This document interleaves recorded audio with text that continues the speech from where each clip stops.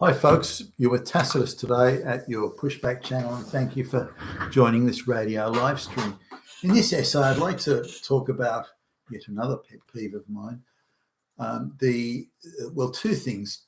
One is the amount of jobs that pay low wages and the very few number of jobs that pay higher wages. That is, the number of well-paying jobs in the West has been in sharp decline over the last 20 odd years.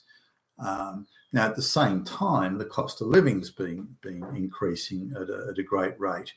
Now, I don't think any of this is due to natural or organic forces or market forces or anything like that.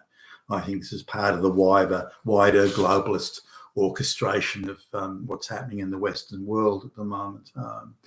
But let's just have a look now. There's allegedly all across the Western world, and all happening simultaneously, there's this incredible shortage of skills. The skills needed to grow the economy. The economy can't grow without these skills, the skills shortage. But where are we going to get these skills from, these high-powered rocket scientist skills? Well, of course, we're going to get it from third world peasants.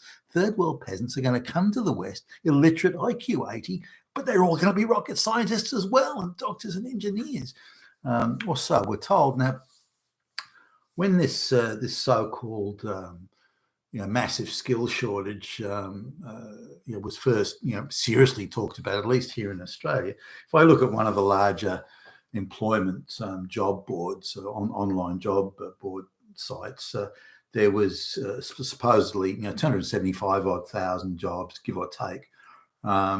Now, that amount of jobs hasn't really changed. It's gone down a little bit, but it's about the same where it was. Now, if that was the case, that there was this incredible skill shortage, you'd see wages would be increasing at a decent rate as employers would be trying to attract skilled personnel, skilled people, skilled operatives, and also the benefits would be increasing. So, there'd be companies or businesses would be offering free lunch, breakfast, and dinner. Be offering all sorts of other facilities in how maybe gym facilities, those sorts of things. So you'd see the facilities increase, or the benefits increasing substantially, and there are a couple of pockets of that, by the way. Nothing meaningful in my view, but there's a little bit of it. But we're not seeing the wage rises, so clearly there can't be a skills shortage because the wages just aren't rising. And it would be if there was a genuine shortage. So I don't believe there is. Similarly, there's been no increase in training. So if there was a shortage of skills, you'd see a real bump in the training, but there hasn't been. In fact, if anything, the training's gone down or declined. So, or it's bullshit training, training in white supremacy or anti-racist training. It's that sort of training's everywhere. But in terms of skills training or upskilling and that sort of stuff, there's fuck all happening. So when we look at that, the key markers and drivers, or key indicators that there is a skill shortage, just aren't anywhere to be seen. There's a few invented propaganda pockets around, but it just isn't there. So we have to assume there is no real skill shortage, and given that their solution for it is to bring in illiterate third world peasants, then clearly that's not a skill shortage. So, but I want to look at the average wages. Now, let's just have a look here. This is the average wage in Australia here, but 60% of the workforce make the average wage or less. Now, it used to be that the average wage was on or about in the middle. It wasn't the median exactly, but it was on or about the middle. 51%, 49%, something, but not 60%. And so 60% of workers are getting paid the average wage or less. So that could mean there are a vast number of, based on advertised salaries, this is, maybe it could be that there's a lot of people working casual or part-time jobs, that sort of thing.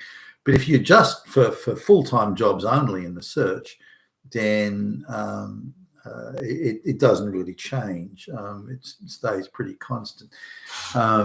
Now let's go to, say, 1.5 times the average wage. Now, on 1.5 times the average wage, there's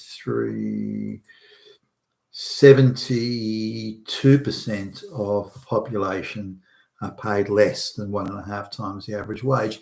Now, just looking at this, if you're going to get even a basic mortgage for one of the cheaper places in, say, Sydney or Melbourne, 1.5 times the average wage wouldn't be enough unless you had a very large deposit to put down, like your folks were giving you money or something like that, or you got a decent inheritance.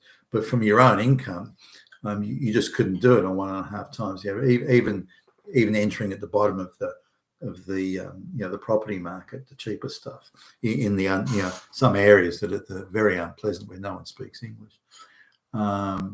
Now let's go to 1.75 times the average wage.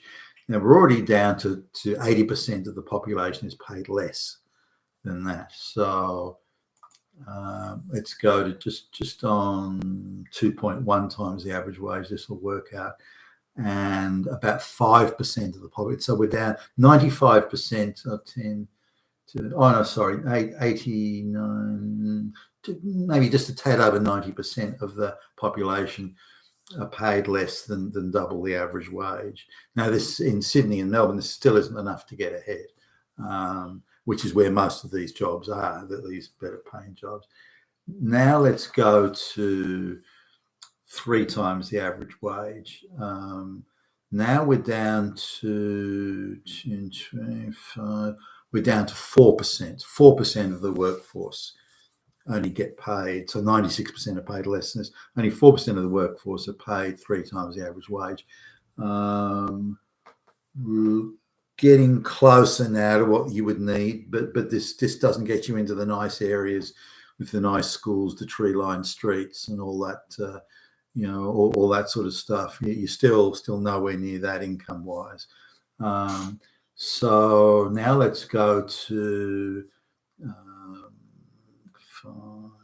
4.5 times the average wage, about that. This is getting the more serious end of town. Now there are 1%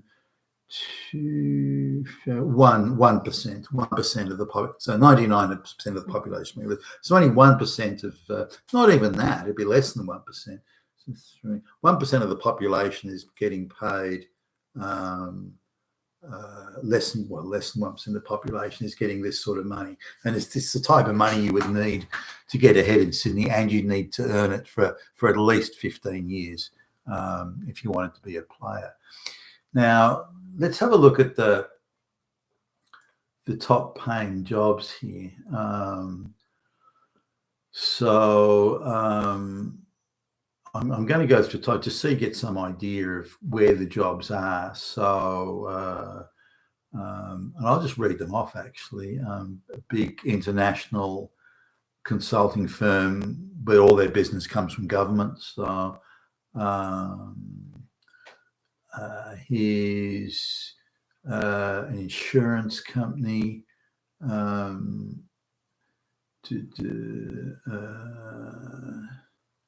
Another finance and insurance, a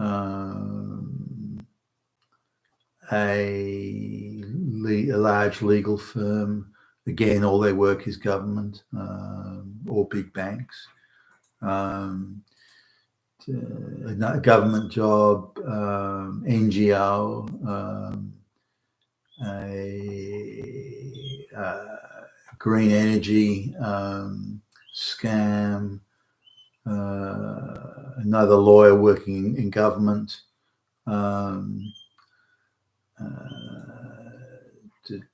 NGO, legal, NGO,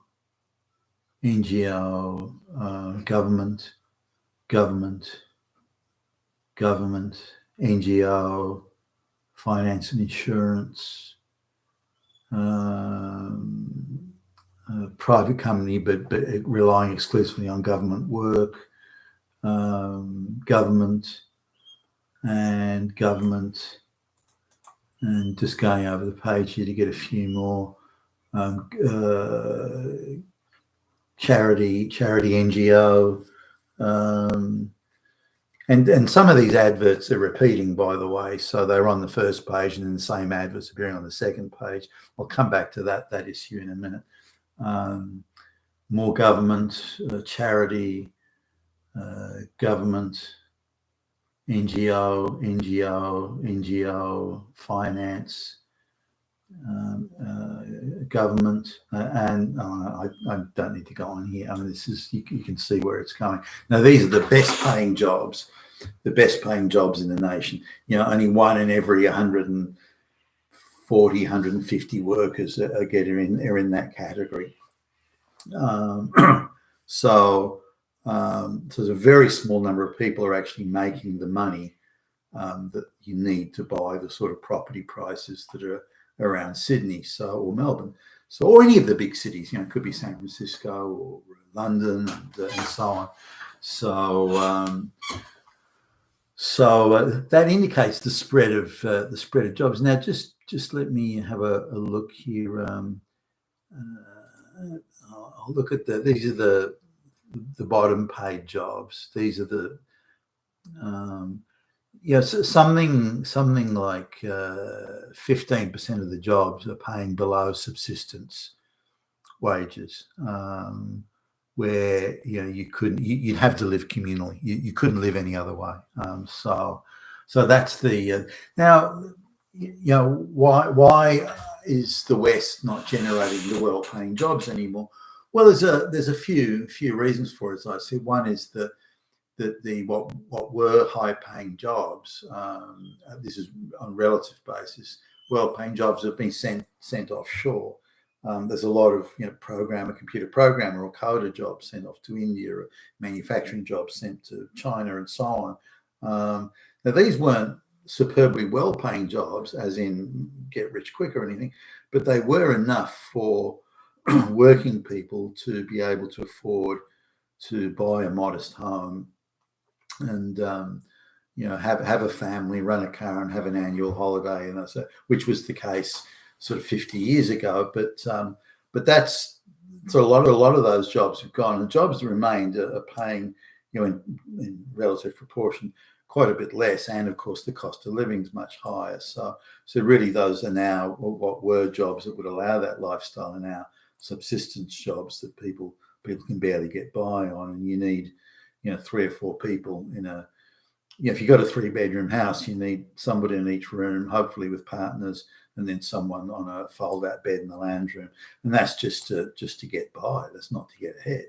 So even people in their working life, when they're in their 40s and 50s, they're living economically, they're living the life that once was consigned to a student or some apprentice, some kid who was doing an apprenticeship or something like that. So, and it's all very exciting when you're 16 or 18 or to live communally in some place, and there's always a party going on and so on. But it's not quite the same when you get older, when you want a bit of privacy and so on. Now, coming back to the number of adverts, the government and various mass migration agitators, groups funded by the globalists and that sort of thing, they point to, well, look at all these jobs, look at all these unfilled jobs, look at all these vacancies. That's proof that there's all these that there's a skill shortage. It's proof. Look at it. Look at all those numbers. But when you actually sort of do the drill down, the reality is quite different. Firstly, a lot of companies, when they advertise, they put the one advert, but they put it in several different categories. So it appears, in a spread across each of the categories. So when a would-be employee does a search, it'll turn up in, again, several categories. So that one advert could get placed 7 times. Now, there's many adverts that are getting multiple placements, but for each placement, it's not counted as one advert, it's counted as 7 adverts. So, that's something. Now, on top of that, you then get recruitment agencies that will get the gig to say, well, I'll advertise it for you, free of charge, won't cost you anything, and no obligation. If I get a good CV, I'll show it to you. So the recruitment agencies then jump in on it. and then three or four agencies may have it, so they've got their advertising of the gig as well, and they're all on the job board, online job board. So that one advert has now got 11 placements, and you don't need many of those adverts like that before it really bumps up the numbers. Now, on top of that, in order to keep their adverts closer to the top pages for searches, employers also are putting their adverts, they're reposting the adverts every couple of days. So the advert's going to appear on, for example, on page 1, but again on page 4, then again on page 7, and again, and so on. So the multiple placements also inflate the numbers. And there's various other things like scams, companies that run adverts where they want a triple PhD for $1 a year salary, and go, well, look, we couldn't find anybody. We have to import a sub-Saharan African IQ minus 5 million to do this job, and we've got no choice. No one applied. And so there's quite a few scam adverts. I think at any one time there's at least 10,000 of those, and so on it goes. So the claim there, the 275,000 jobs being advertised is proof of skills shortage, is absolute nonsense. I doubt that the number of jobs would even exceed 100,000 in reality, given how many repeat adverts there are, and of these there's a sort of a natural churn factor, but very few of them are 3 weeks old. So this would suggest that the jobs that do get advertised get filled pretty quickly. Now, I've had sort of feedback from different people, in some areas where the skills required, some jobs rather, where the skills requirement is high, then you may not get many applicants unless you're offering the big bucks. So if you want to offer minimum money, but you want a lot of qualifications, those people aren't getting applications. Now they go screaming to the government, well, look, I'm not getting anybody, but we'll pay more then. I mean, fuck yeah. So that's the issue. But at the bottom end, I've also heard that people are running adverts for the very lowest labouring job, and they may get a fairly decent response, but then they arrange interviews or people to come in and that sort of thing, and no one turns up. So it's whether these people have got another gig or they're on such a low wage that the cost of transport, a $10 train ride each way, for example, is a lot of money for someone who's on the bones of their ass. So they may not turn up for those reasons. The government, typically, if someone's receiving unemployment benefits of some sort, the government offers them a reduced price, or I think even in some cases free public service travel to attend job interviews. But I don't know how wide. I don't know who that's for, how many people have access to that, or whether it's in every case. But if someone's on $15-20 an hour wage, and they don't have any spare cash lying around, so it would be tough, I would think, for those sort of people. So there's that. The jobs getting advertised, but no one's turning up. Now, it's different for Indians and Chinese and other third world people, because they may live 20 people to a one-bedroom apartment, and so they can pool their resources and live communally in a way that white people don't. And I think ultimately the way things are going, white people are going to have to live though. They'll be forced to live that way, because cost of living will drive that sort of type of living, which is how things used to be, in the feudal times. So now on the cost of living, though, looking at that, the price of houses never needed to go up beyond the sort of normal nominal rate of inflation. There's a few things have occurred. One is the Western governments have allowed mass overseas buying of local real estate. So you've got the big financial firms, but also super wealthy Indians and Chinese and even some Russians and the Russian oligarchs, that sort of thing, have come in and bought up swathes of Australian real estate. 200, 300, 400 properties apiece. Now there are 10 million multi-gazillionaires in China, and they're all on buying sprees overseas on property. It doesn't take long for them to vacuum up entire suburbs in places like Sydney, which they've done. So, and they hang on to these and often leaving them vacant. And there's no penalty for them for leaving them vacant, and there should be quite serious penalty. Nor did the government. The government missed out badly on the opportunity. They could have charged gazillion dollar transfer fees, because all these Chinese and Indian guys are doing is laundering money. It's not an investment. They're not living there. It's not a home for their families or anything like that. It's just pure money laundering.